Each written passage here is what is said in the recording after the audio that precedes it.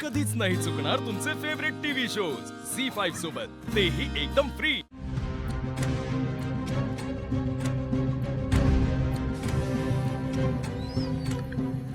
आशू, काय झालंय? काय नाही।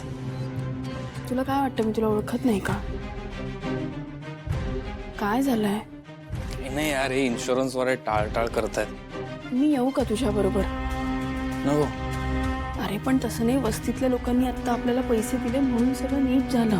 पैशांची गरज आहे आपल्याला। मुद्दा फक्त पैशांचा नाही आहे शिवा, मुद्दा मॉरल्सचा पण आहे। ते इन्शुरन्स वाले काही कामच करत नाहीत, टाइमपास करत बसलेले असतात। तुला माहितीये का, मला आत्ता कळतंय की मिडल क्लास लोक किती फ्रस्ट्रेशन मधनं जातात आणि त्यांची चिडचिड का होते। म्हणजे पै गोळा करून ही लोक 15,000 आणि 20,000चे इन्शुरन्स घेतात आणि इन्शुरन्स घेताना हे काय सांगतात इन्शुरन्स वाले की काही नाही, हे तुम्हाला इन्शुरन्स मदत करणार आहेत, तुम्हाला गरजेच्या काळी आम्ही पटकन पॉलिसीज क्लिअर करून देऊ। आणि जेव्हा गरज पडते तेव्हा काय होतं? ठेंगा, टाइमपास। ह्याच्याच ऐवजी समजा कुठला श्रीमंत माणूस गेला तर त्याच्या पुढे पुढे करून त्याचं काम करून देतील, पण आपलं नाही। मला किती फ्रस्ट्रेशन आलं होतं, सीताईचं पण टेन्शन डोक्यात, ह्यांचं पण टेन्शन डोक्यात। काय करायचं मी? दिस इज नॉट फेअर, हे सगळं चुकीचं आहे। तोच तर मुद्दा आहे आशू। कधी कधी ना शांतपणे बोलून पण आपल्याला आपला हक्क मिळत नाही, पण आता सीताई बरी होणं खूप गरजेचं आहे आशू। मला जरा टेन्शन आलंय। हे बघ, काही काळजी करू नको, आईला काही होणार नाही। ए तू टेन्शन नको घेऊस, सीताई बरी होणार। इन्शुरन्स वाल्यांचं मी बघतो, तू फक्त इकडे थांब।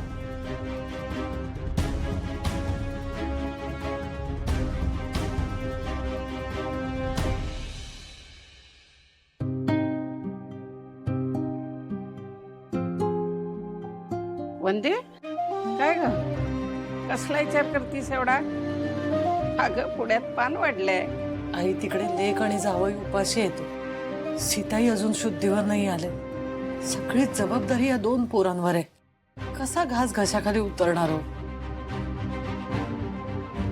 खरं आहे, शिवानी आशू किती वाईट अवस्थेत असतील ना तिकडे। ज्याची त्याची कर्माची फळ असून काय। तरी म्हणलं दुचकी बोलली नाही कशी, कसलं कर्मान फळ ग?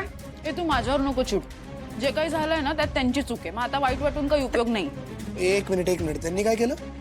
नाहीये मग नाक वर करून इथे राहायला आले ते काय होतं? यांच्यामुळे सीताईला त्रास झालाच असणार आहे ना।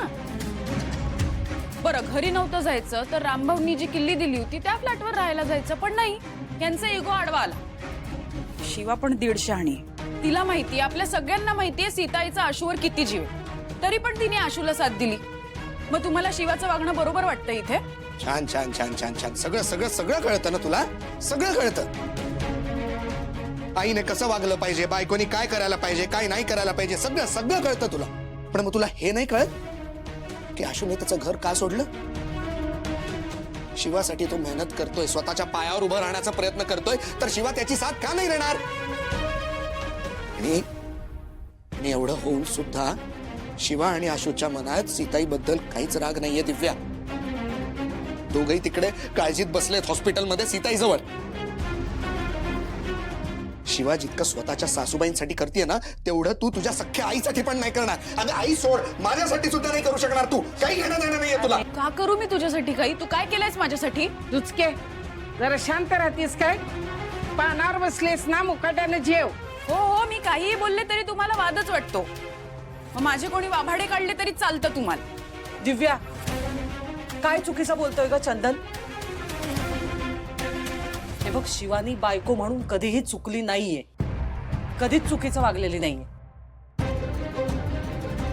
तिने कायम तिच्या घरच्यांना सांभाळण्याचा प्रयत्न केलाय, सगळ्यांना आधार द्यायचा प्रयत्न केलाय। नाईलाजाने तिने ते घर सोडलं असेल, पण ती जपते त्या माणसांना, काळजी घेते सगळ्यांची। तरी इथे समोर आपला माणूस असून धड 2 शब्द प्रेमाने बोलू शकत नाही। दिव्या, दुचकीचं ना कठीण आहे।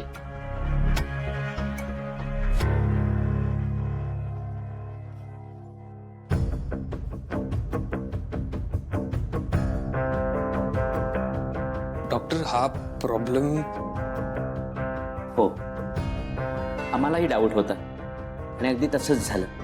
त्यांची नर्व प्रेस झाली. पण याला काहीतरी उपाय असतील ना, काहीतरी औषधोपचार असतील. आपण सुरू करू शकतो का लगेच ट्रीटमेंट? आपल्यापुढे 2 ऑप्शन आहेत. एक तर त्यांचं ऑपरेशन लगेच करावं लागेल, त्यात रिस्क आहे, आणि एक तर ट्रीटमेंट द्यावी लागेल. तरी आम्ही शुअरली सांगू नाही शकत की पेशंट पूर्णपणे बरा कधी होईल आणि त्या कधी शुद्धीवर येतील. आशू हे बघ, आतापर्यंत जसं स्ट्रॉंग राहिला तसं आता राहायला पाहिजे. सीताई बोलायला लागतील, चालायला लागतील, सगळं नीट होईल. तू स्ट्रॉंग राहा. प्लीज तुम्ही तुमचा थोडा वेळ घ्या. तुम्ही डिसाईड करा आणि आम्हाला कळवा. रिस्क काय याच्यामध्ये, ऑपरेशन मध्ये? ऑपरेशन सक्सेसफुल झालं नाही तर पेशंट पॅरालाइज होऊ शकतो. रिस्क तशी कमी आहे. आपण स्पेशलिस्टला बोलून सर्जरी करून घेऊ. तुम्ही कुटुंबाशी बोलून घ्या. शिवा, आशू हे बघ, भाऊ आणि काकांना फोन लागत नाहीये, त्यामुळे हा निर्णय तुलाच घ्यावा लागेल. ही जबाबदारी तुझ्यावर आहे. तुलाच हे ठरवावं लागेल. कसं ठरवू पण मी?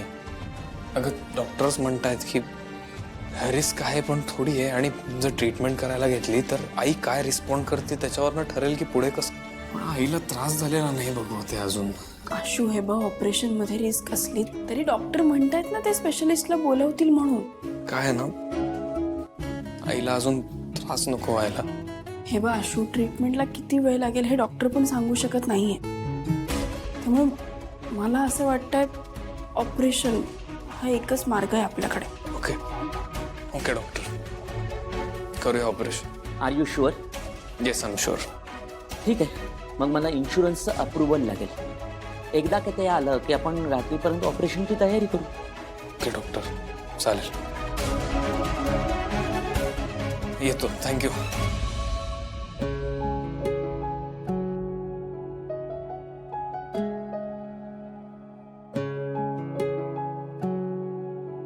आशू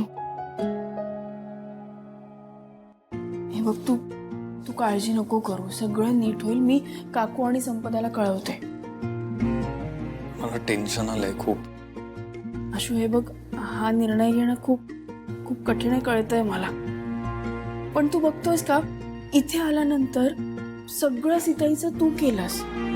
तू तिला सांभाळलंस, तू आम्हाला धीर दिलास. त्यामुळे आत्ता नको खचून जाऊस. सगळं नीट होईल, काळजी नको करूस. इन्शुरन्स तर करायला पाहिजे. ठीक आहे, तू जा. मी इथे थांबते. आलोच मी.